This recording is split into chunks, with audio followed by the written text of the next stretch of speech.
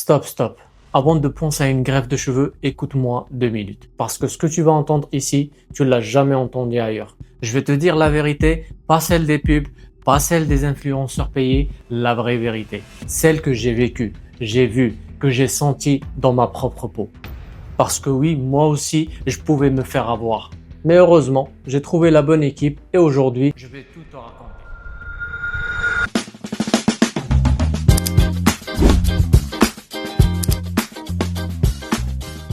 Moi, c'est Zaid et comme beaucoup, j'ai connu cette fameuse calvitie qui arrive sans prévenir. Au début, tu crois que tu t'imagines, puis tu prends une photo et là, c'est fini. T'as plus de front, t'as une autoroute.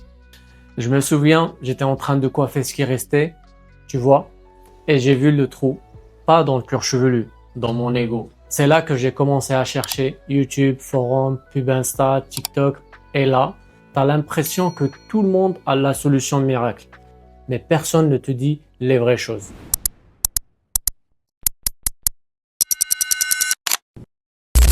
La greffe capillaire, c'est pas juste esthétique, c'est mental. C'est une reconstruction. Tu veux juste te sentir normal, reprendre confiance, parce que entre nous, la calvitie, c'est pas un drame, mais ça change un homme. Et je parle pas que des cheveux, hein. Moi, j'ai retrouvé mon moral et ma ligne frontale en bonus. Maintenant, on va parler du côté sombre.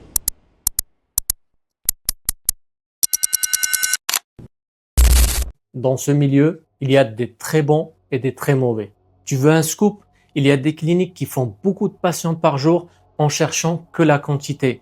Et parfois, c'est pas des experts qui t'opèrent, c'est un stagiaire avec une pince à épiler. Certains t'accueillent dans ce qui ressemble à un hôtel 2 étoiles ou à une cuisine. On te promet 5000 greffons, tu pars avec 2000 et des trous façon fromage suisse. Et puis, t'as ceux qui te disent résultat garanti 100%. Frère, même la nature, elle garantit pas 100%. Mais toutes les cliniques ne sont pas comme ça. Heureusement, il y a des endroits sérieux et moi, je vais te montrer.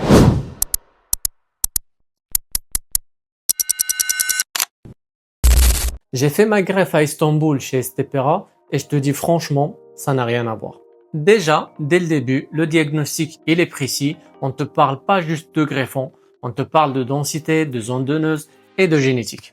Le jour J, tout est millimétré. Anesthésie, implantation, confort, hygiène.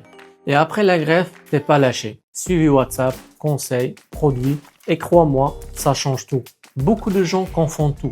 DHI, FU, Saphir, ça sonne technique, mais la différence, elle est dans les détails.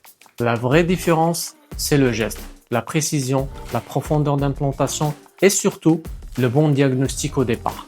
Une greffe réussie, c'est pas la quantité, c'est la qualité de chaque greffon et la façon dont on les implante. Si tu es en train de réfléchir à une greffe, écoute bien. Premièrement, regarde si le médecin est vraiment là. Pas juste sur les photos, demande qui fait quoi. Deuxièmement, demande un vrai suivi post-opératoire. Parce que les 10 premiers jours, c'est là que tout se joue. Petit moment humour. Et si la clinique te répond plus vite qu'une appli de rencontre, méfie-toi. Faire une greffe, c'est pas juste retrouver tes cheveux, c'est retrouver ton regard, ton énergie et ta confiance. Moi, j'ai choisi la transparence, j'ai choisi la qualité et aujourd'hui, je suis fier de partager ça avec vous.